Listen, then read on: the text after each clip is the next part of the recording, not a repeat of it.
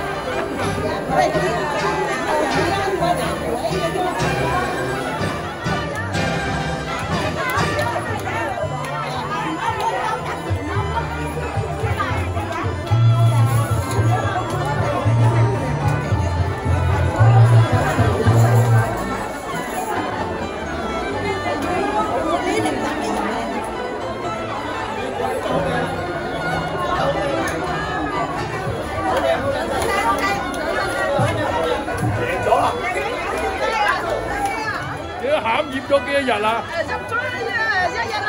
啊，好似唔夠人，你要3日喎，你要1日得啦。夠㗎啦，3日啊！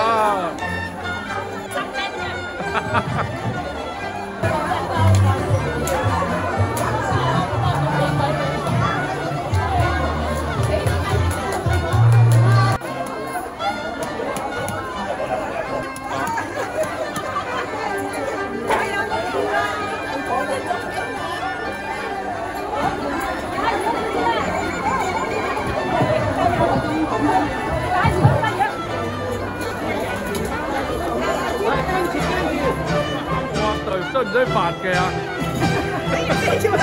我喺近啲執啊2個臘腸咯。梗係啦，加錢加料㗎嘛。3、2、1。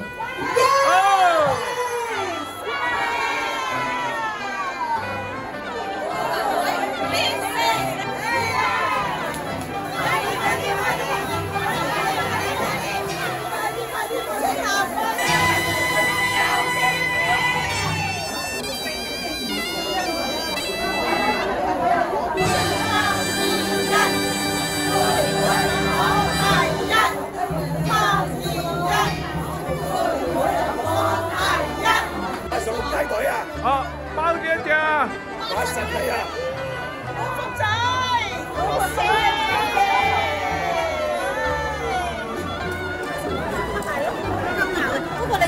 又走過嚟話唔可以喐手喐腳做任何嘢啫，呢個公平嘅。我嘅兜咧係2.3個，一個人係8個人，唔係兜落去。我要入波啊！我要入波啊！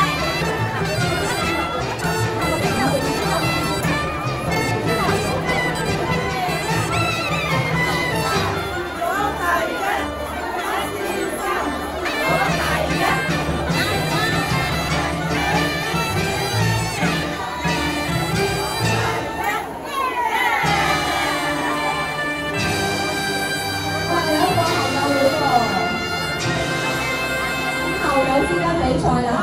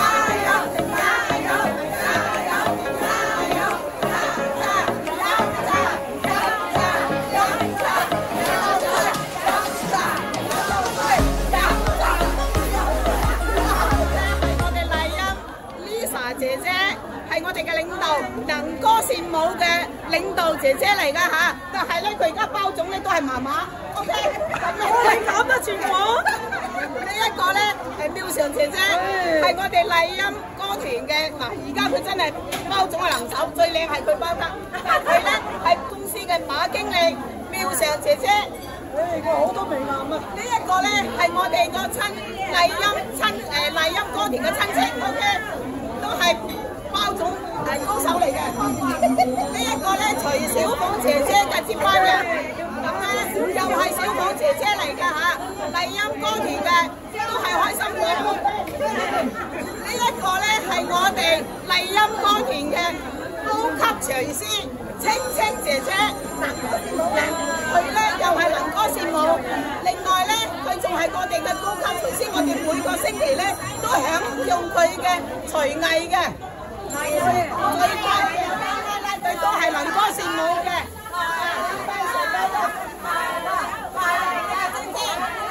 好辛苦啊！佢哋真係。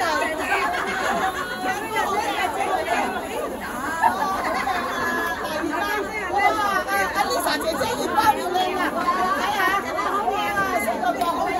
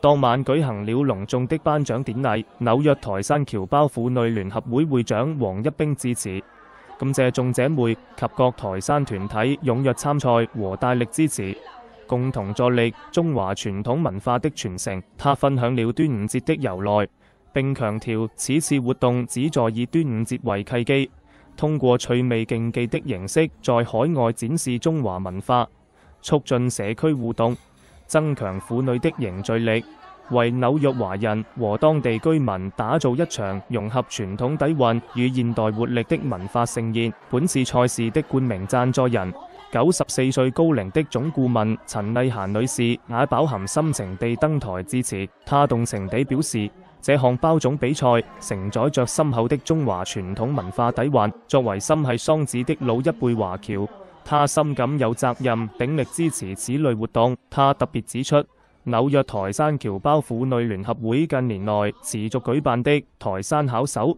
系列競技賽意義非凡，成功地將海外台山婦女同胞凝聚起來，在異國他鄉生動地傳承着中華優秀傳統文化。這份堅守與努力令他深受感動，也堅定了他全力支持的決心。最後，陳麗嫻女士因節寄語，希望這項凝聚僑心和揚文化的賽事能夠持之以恆地舉辦下去，並越辦越好，代代相傳。我就希望佢繼續發揚呢種精神，好好幹落去。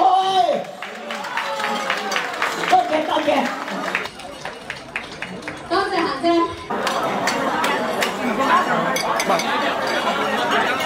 獲勝的冠、亞、季軍團隊分別獲頒了獎杯、獎牌和獎金。嚟頒獎啊！仲有邊個係參賽隊嘅隊員？大家嚟攞個獎牌帶住 ，OK。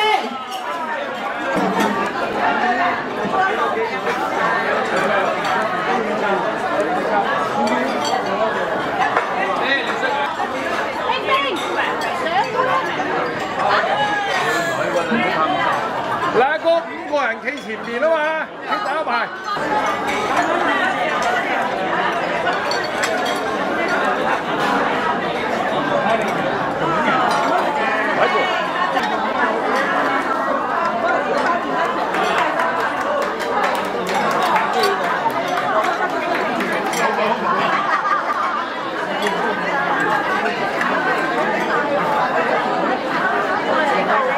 頒獎典禮嘉賓雲集，州參議員陳學美、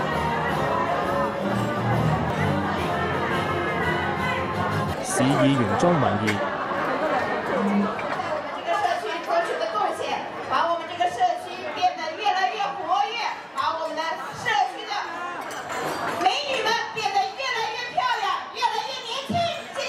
州眾議員寇頓幕僚長賀立明、州眾議員鄭永佳、高級顧問趙正安、政要們向多個支持活動嘅團體和個人頒發獎狀，感謝他們為社區奉獻了如此精彩的活動。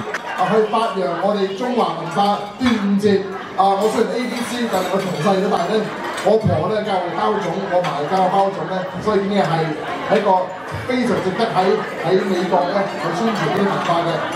第38選區市議員候選人葉寧夏亦在活動上發言，從下午開賽至晚間頒獎，活動現場自始至終洋溢着熱鬧與歡樂的節日氛圍，讓所有參與者共同度過了一個美好的端午前夕。